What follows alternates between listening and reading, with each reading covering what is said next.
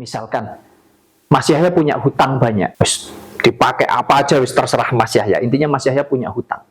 Kemudian Mas Yahya jadi ditagih orang. Kemudian Mas Yahya sampai menjual harta bendanya termasuk rumahnya sampai nggak punya rumah. Kemudian Mas Yahya mau katakan bahwa Mas Yahya lagi diuji.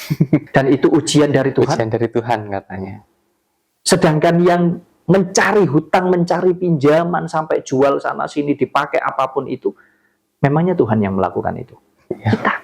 Tapi kalau sekali lagi ini dihubungkan, ya tapi kan kalau Tuhan nggak berkehendak semua itu sudah ditakdirkan. Ditakdirkan dari mana? Digariskan dari mana?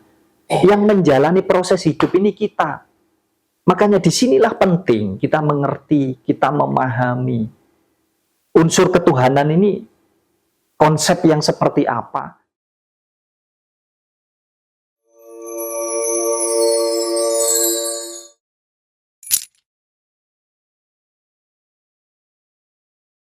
Banyak yang mengatakan bahwa kehidupan ini apa kata Tuhan ya? Tentunya hidup ini juga pasti ada masalah, gak akan jauh dari masalah ya Mas. Akan tetapi banyak yang mengatakan bahwa ketika kita sudah diuji, ketika kita sudah punya masalah, itu katanya ujian dari Tuhan. Nah, ini berarti kan kenapa kok Tuhan masih ngurusi hidup kita? Lah kok sibuk banget Tuhan ngasih kita ujian, ngasih kita masih ngatur rezeki kita, masih ngedum-ngedum semuanya. Nah, ini yang benar gimana Mas? Kalau menurut Mas Wahyu, apa sih iya Tuhan itu ngatur hidup kita? Ya, hal yang sangat wajar ya, kita tidak bisa menyalahkan sudut pandang, persepsi, cara berpikir, cara menalar sebuah pola pikir dari setiap manusia. Karena ya kita ini punya tolak ukur yang berbeda-beda. Lalu kenapa semuanya seolah-olah apa kata Tuhan? Ya karena memang seluruh unsur kehidupan ini kita yakini dan kita imani. Memang Tuhan yang menciptakan, kan begitu? Ya, seluruh unsur kehidupan. Bukan masalah kehidupan. Ya, bukan tentang kebaikan di dalam hidup ataupun keburukan di dalam hidup, tapi sejatinya semua unsur kehidupan itu yang menyediakan, yang menciptakan, kita yakini ya, dan kita imani. Untuk yang nggak meyakini ya berbeda-beda mungkin ya. Tapi untuk yang meyakini dan mengimani, semua ini sudah diciptakan dan sudah disediakan oleh Tuhan, oleh Yang Maha Kuasa. Tetapi di dalam menjalani hidupnya, ya bukan Tuhan juga yang mengatur, dalam arti mengatur seolah-olah, kamu begini, kamu sudah ada ketentuannya begini, kamu rezekimu sekian-sekian. Tidak seperti itu saya rasa konsep kehidupan. Tapi kenapa semuanya dihubungkan? Karena ya larinya mau kemana lagi? Kalau enggak kepada Tuhan itu kemana lagi? Itu sudah yang paling mentok lah Mas ya. Kalau kita bicara yang paling tinggi lah sudah. Karena Tuhan itu kita yakini, kita imani maha segala-galanya. Ya jadi larinya manusia ini semuanya ya kepada Tuhan. Kita berserah kepada Tuhan. Kita minta petunjuk kepada Tuhan. Ya, tapi mohon maaf sekali lagi. Kalau nggak ngerti konsepnya, jatuhnya jadi ini misal. Mas Yahya minta uang sama Tuhan. Terus Mas Yahya cuman berdiam diri saja di rumah. Bisa nggak Tuhan itu tiba-tiba ngasih uang? Ya, dari langit misalkan. Ya. Misal ini ya, kita beranggapan Tuhan itu bertempat di langit misal. Bisa nggak tiba-tiba ada uang jatuh misalkan di hadapan Mas Yahya? Ya nggak bisa. Nggak bisa. Ya, jadi kalau kita bicara ketuhanan ya itu tadi. Tuhan ini adalah seluruh unsur kehidupan. Kalau saya meyakini Tuhan itu sebagai sebuah energi kehidupan. Nah, kalau kita di dalam menjalani hidup ini ya semua tergantung kita. Kalau tadi Mas Yahya menanyakan tentang masalah, tentang ujian hidup dan lain sebagainya. Nah, kalau seolah-olah kita menghadapi masalah, kita punya persoalan yang kita hadapi, terus kita mengatakan bahwa ini adalah ujian daripada Tuhan, karena Tuhan yang memberikan ujian. ini kan cara berpikir yang sangat sempit mungkin menurut saya ya. Mohon maaf kalau mungkin ini berbeda dengan teman-teman yang lain. Jadi saya mau katakan bahwa bukan Tuhan yang memberikan ujian itu, tapi kita sendiri. Contoh, ada sungai misalkan, kemudian banyak orang ini berbondong-bondong buang sampah itu di sungai, Mas Yahya, sehingga sungai ini bisa jadi terhentilah air mengalir ini. Kemudian ada hutan-hutan itu gundul semua, dihabisin, pohonnya ditebangi. Lalu ada kejadian hujan deras, sehingga meluberlah air yang ada di sungai ini tadi, yang di hutan itu juga demikian. Dan terjadilah banjir. Lalu kita mau katakan bahwa kita lagi diuji? Bukankah yang memproses ujian itu adalah kita?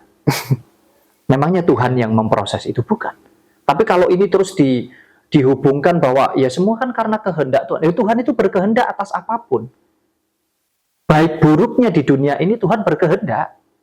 Kalau Tuhan nggak berkehendak, nggak mungkin ada orang jahat itu dibiarkan, Mas Yahya. Orang mau mencelakai satu dengan yang lain dibiarkan. Ada yang membunuh dan lain sebagainya. Ya nggak mungkin dibiarkan toh sama Tuhan. Kalau Tuhan itu berkehendak hanya untuk kebaikan saja. Yang buruk pun, yang jahat pun juga Tuhan berkehendak. Terus kita mau mengatakan bahwa Tuhanlah yang memberikan ujian itu ketika rumah kita terbawa banjir dan lain sebagainya? Bukan, Mas Yahya. Nah, ini kalau kita mau telaah lebih jauh lagi. Misalkan, Mas Yahya punya hutang banyak. Wis, dipakai apa aja wis terserah Mas Yahya. Intinya Mas Yahya punya hutang. Kemudian Mas Yahya jadi ditagih orang. Kemudian Mas Yahya sampai menjual harta bendanya termasuk rumahnya sampai nggak punya rumah. Kemudian Mas Yahya mau katakan bahwa Mas Yahya lagi diuji. Lucu ya. Dan itu ujian dari Tuhan. Ujian dari Tuhan katanya. Sedangkan yang mencari hutang, mencari pinjaman sampai jual sana sini dipakai apapun itu, memangnya Tuhan yang melakukan itu? Ya. Kita. Tapi kalau sekali lagi ini dihubungkan, ya tapi kan kalau Tuhan nggak berkehendak, semua itu sudah ditakdirkan. Ditakdirkan dari mana? Digariskan dari mana? Yang menjalani proses hidup ini kita. Makanya disinilah penting kita mengerti, kita memahami unsur ketuhanan ini, konsep yang seperti apa, dan unsur hidup di dunia ini, konsep hidup yang seperti apa. Supaya kita bisa memilah itu. Tuhan yang berkehendak atas segalanya yang terjadi di seluruh unsur kehidupan ini. Tapi jangan salah, kita yang menjalankan. Ya, artinya apa? Artinya di sini baik buruknya hidup kita, punya ujian atau tidak, masalah atau tidak, semua tergantung kita. Bukan tergantung Tuhan. Bukan Tuhan yang menciptakan masalah. Ya. Semua yang menciptakan itu ya kita manusianya. Iya ya Mas, padahal ya Tuhan ya nggak kira ngurusi kehidupan kita ya. kayak tadi Mas Wahyu bilang tentang hutang ya. Kalau sudah kita banyak utang terus kita nggak mampu membayar, katanya ini ujian. Padahal Tuhan nggak menyuruh kita untuk hutang. Ya, makanya jadi menyalahkan Tuhan ya. Ya. Mungkin lebih tepatnya bukan ya memang Tuhan nggak ngurusi hidup kita, Mas ya. Hidup kita ini mau kita pakai baik atau buruk semua tergantung kita. Makanya penting kita memahami unsur kehidupan yang ada di dalam diri kita supaya kita bisa memilah dan kita bisa menjalankannya dengan seimbang. Kita bisa menimbangnya mana yang baik, mana yang buruk, mana yang menguntungkan, mana yang merugikan secara manusiawi. Kalau konsep ketuhanannya iman sudah selesai. Kita sama-sama tidak tahu kok. Ya, yang penting yaitu tadi. Aku sudah beriman sama Tuhanku, ya sudah. Seluruh hidupku ini ya memang miliknya Tuhan. Tetapi karena Tuhan sudah memberikan kehidupan kepadaku, maka baik buruknya hidupku ya tergantung daripada aku. Ya, biarpun ini bisa dikupas sebetulnya Mas Yahya. Siapa sejatinya aku? Sopo sejatine ingsun, itu kalau kata orang Jawa. Itu bisa dikupas. Siapa saya yang sesungguhnya? Ini yang harus dicari. Karena nama Wahyu, nama Yahya, itu nama pemberian dari manusia. Tapi di dalamnya Wahyu, di dalamnya Yahya, nah ini yang harusnya dikupas. Tapi kita nggak lari ke sana lah Mas Yahya. Wah, ini Intinya kita harus pahami unsur kehidupan ini supaya yaitu tadi kita bisa menjalankan pikiran dan juga hati kita ini tadi dengan benar, dengan seimbang, sehingga hasilnya nanti juga benar. Biarpun saya sempat tadi, kalau saya tidak salah ingat, Mas Yahya mengatakan bahwa hidup ini tidak jauh dari masalah, mau kecil mau besar. Ya memang iya. Lo baik dan buruk itu sudah tersedia, sudah tercipta. Tapi tinggal bagaimana kita. Jadi kita tahu hal baik ya karena ada yang buruk. Kita tahu ini hal buruk karena kita tahu ada hal baik. Kalau nggak ada salah satu di antaranya ini, dari mana Mas Yahya bisa tahu ini baik kalau yang buruk ini nggak ada? Lah tinggal kita lagi yang harus mampu memposisikan diri kita supaya kita bisa menyikapinya dengan benar. Oh, kalau menurutku ini nggak baik, ya berarti aku harus bagaimana supaya menjadi baik. Kalau ibaratnya hidup ini adalah ada tentang mudah dan susah, ya dari mana sih Mas Yahya tahu yang mudah kalau nggak ada yang susah? Ya kan nggak bisa tahu toh Mas. Ya. Mudah dan susah inilah ada, sehingga kita bisa membandingkan. Dua-duanya ini ada, satu kesatuan, nggak bisa lepas dari hidup manusia. Okay. Jadi kalau dibilang kita nggak bisa lepas dari masalah, ya benar banget. Karena itu akan terus timbul, ada pergumulan antara otak dan hati kita. Ya di sini nih sumbernya. Ya tinggal bagaimana kita berada di tengah-tengah ini. Kita mau memposisikan ini ada di mana? Ada di sini kah? Atau ada di sini? Sebetulnya di sana Mas Yahya, letaknya Mas Yahya. Oke, pertanyaan terakhir. Nah, tapi sebetulnya ini saya sudah tahu jawabannya Mas. Mungkin teman-teman penasaran ya. Gimana caranya biar kita nggak punya masalah Mas? Nggak bisa. Kenapa kok saya katakan nggak bisa? Selama kita hidup, ya selama itu pula kita ini dihadapkan dengan masalah. Masalah yang baik ataupun masalah yang buruk. Intinya hidup ini kan tentang itu Mas Yahya. Ada baik, ada buruk di dalam kehidupan ini. Dalam segala hal.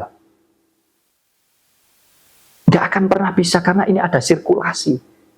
Nafas kita ini saja keluar masuk. Bayangkan nafas kita cuma masuk tok nggak keluar. Mati nggak kira-kira? Keluar tok nggak ada masuk lagi. Mati nggak kira-kira? Ya. Mati. Keluar masuk. Hidup kita juga akan terus, bahkan sepersekian detik akan terus berubah. Baik buruk, benar salah, baik buruk, benar salah, dan lain sebagainya. Jadi kalau teman-teman kepingin, ya mohon maaf ini, ya nggak ada masalah di dalam hidupnya, syaratnya cuma satu. Apa itu Mas? Mati. Iya benar. Kalau sudah mati, sudah berakhir, sudah finish, nggak ada lagi. Nggak ada masalah lagi. Jadi selama kita menjalani hidup sama kayak orang berjalan, kita ini kan hidup ini perjalanan. Dari start awal kita berangkat sampai nanti kita akan tiba di garis finish. Dan di dalam perjalanan, ya, tak kasih contoh saja. Setiap hari yang teman-teman lakukan.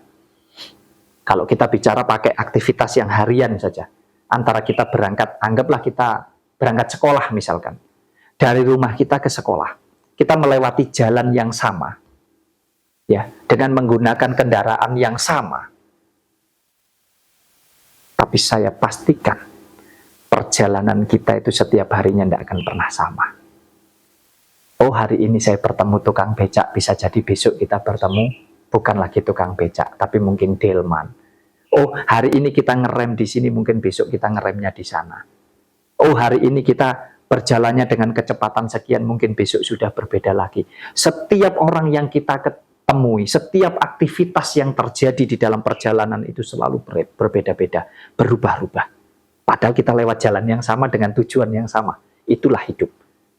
Untuk itu, pahami hakikat kehidupan yang sesungguhnya, supaya kita bisa menempatkan diri kita di posisi yang tepat, sehingga kita tidak diombang-ambingkan oleh salah satu dari dua unsur ini tadi.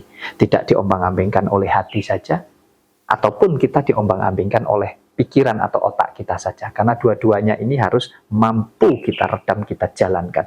Karena yang menjalankan ini sebagai drivernya, sebagai pengendalinya kita yang ada di tengah-tengah.